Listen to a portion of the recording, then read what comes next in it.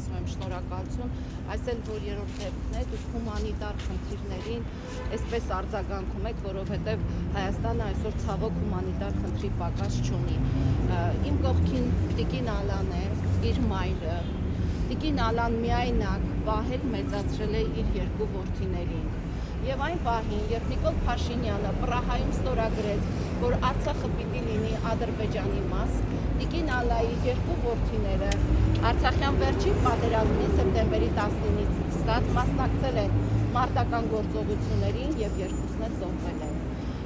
Տիկին Ալան ինքը միայնակ պահել մեծացրել է իր երկու որդիներին, ինքը պաշտպանել է Արցախի սահմանները, որպես կին զինվորական պաշտպանել է Արցախի սահմանները եւ ցավոք այսօր Տիկին Ալան հայտնվել է Հայաստանի արդարադատության ձեռքը կրակն է ընկել։ 24 թվականին խաբեբայությամբ Տիկին Ալայից վերցնում են իր զոհված տղայի մեքենայի վաճառված գումարը, որպեսզի կարողանան իր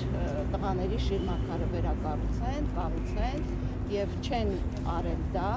փոխարենը գողացել են նրանից այդ գումարը։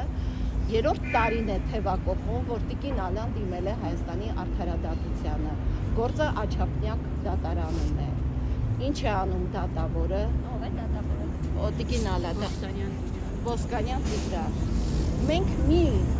պարզ քողի հարց այս երկրում չենք կարողանում լուծել։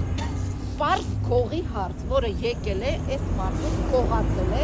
իր զոհված տղայի վաճառված մեքենայի գումարը։ Մի ամբողջ արդարադատության համակարգ չի կարողանում լուծել մի պարզ քողի հարց։ Հիմա Տիկին Ալային ես անցած օրը խնդրել եմ Աչափնյակ դատարանի առաջ փորձում էր նստացույց իրականացնել, տարեվերջներ։ Խնդրել եմ, որ չիրականացնի այդ նստացույցը։ Այսօր Տիկին Ալան եւս գալիս էր այստեղ նստացույցի։ Խնդրել եմ որպես հայկին նրան, որ չանի այդ նստացույցը, որովհետև տեսնում եք ինձ ցուրտ է,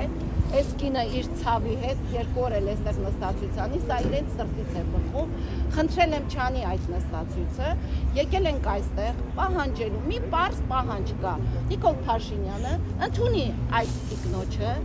երկու երիտասարդ տղաների մեր հայրենիքի համար տված այս տիկնոջը եւ հասկանա մի գողի հարց այս պետությունը չի կարողանում լուծել։ Մի շարքային գողի հարց չի կարողանում լուծել։ Ներողություն, դուք